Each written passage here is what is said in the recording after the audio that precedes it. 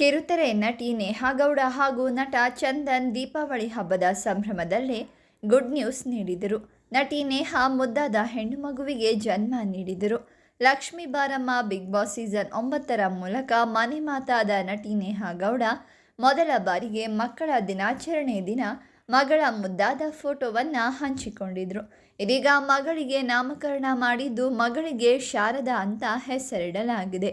ನಾಮಕರಣಕ್ಕೆ ಕಿರುತೆರೆ ನಟ ನಟಿಯರು ಕೂಡ ಬಂದು ಮಗುವಿಗೆ ಆಶೀರ್ವಾದ ಮಾಡಿದ್ದಾರೆ. ಇನ್ನು ಸೋಷಿಯಲ್ ಮೀಡಿಯಾದಲ್ಲಿ ನೇಹಾ ಗೌಡ ಮಗಳ ಫೋಟೋ ಹಾಗೂ ವಿಡಿಯೋಗಳು ವೈರಲ್ ಆಗ್ತಾ ಇದ್ದು ಎಲ್ಲರೂ ಕೂಡ ವಿಶ್ ಮಾಡ್ತಾ ಇದ್ದಾರೆ. ಇನ್ನು ನವೆಂಬರ್ 14ರಂದು ಮಕ್ಕಳ ದಿನಾಚರಣೆಯಂದು ಮಗಳ ಸುಂದರ ಫೋಟೋವನ್ನು ನಟಿ ರಿವೀಲ್ ಮಾಡಿದರು.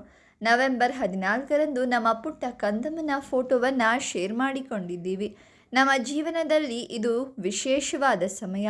ಅವಳು ನಮ್ಮ ಹೃದಯವನ್ನು ನಾವು ಎಂದಿಗೂ ತಿಳಿದಿರದ ರೀತಿಯಲ್ಲಿ ತುಂಬಿದ್ದಾಳೆ. ಎಲ್ಲ ಮಕ್ಕಳಿಗೆ ಮಕ್ಕಳ ದಿನಾಚರಣೆಯ ಶುಭಾಶಯಗಳು ಅಂತ ನೇಹಾ ಬರೆದುಕೊಂಡಿದ್ರು.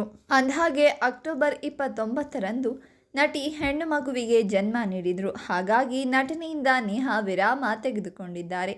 ಇತ್ತೀಚೆಗೆ ಅನೇಕ ಹೀರೋಯಿನ್ಗಳು ತಾಯಿಯಾಗಿದ್ದಾರೆ. ಮಿಲನಾ ನಾಗರಾಜ್, ಕವಿತಾ ಗೌಡ ಸೇರಿ ಅನೇಕರು ಮಗುವಿಗೆ ಜನ್ಮ ನೀಡಿದ್ದಾರೆ. ಅಕ್ಟೋಬರ್ 29ರಂದು ನಮ್ಮ ಮನೆಗೆ ಹೆಣ್ಣು ಮಗುವಿನ ಆಗಮನವಾಗಿದೆ. ನಾವು ತುಂಬ ಸಂತೋಷವಾಗಿದ್ದೇವೆ. ನಿಮ್ಮೆಲ್ಲರ ಪ್ರೀತಿ ಮತ್ತು ಆಶೀರ್ವಾದಕ್ಕೆ ಧನ್ಯವಾದಗಳು. ತಾಯಿ ಮತ್ತು ನಮ್ಮ ಮಗು ಇಬ್ಬರು ಆರೋಗ್ಯವಾಗಿದ್ದಾರೆ, ಸಂತೋಷದಿಂದ ಇದ್ದಾರೆ. ತಂದೆ ಸ್ವಲ್ಪ ಭಾವುಕರಾಗಿದ್ದಾರೆ ಅಂತ ಬರೆದುಕೊಂಡು ನೇಹಾ ಗೌಡ ತಮ್ಮ ಇನ್ಸ್ಟಾದಲ್ಲಿ ಪೋಸ್ಟ್ ಮಾಡಿದರು. ಈ ವಿಡಿಯೋವನ್ನು ಲೈಕ್ ಮಾಡಿ, ಶೇರ್ ಮಾಡಿ, ನಮ್ಮ ಚಾನಲನ್ನು ಸಬ್ಸ್ಕ್ರೈಬ್ ಮಾಡಿ.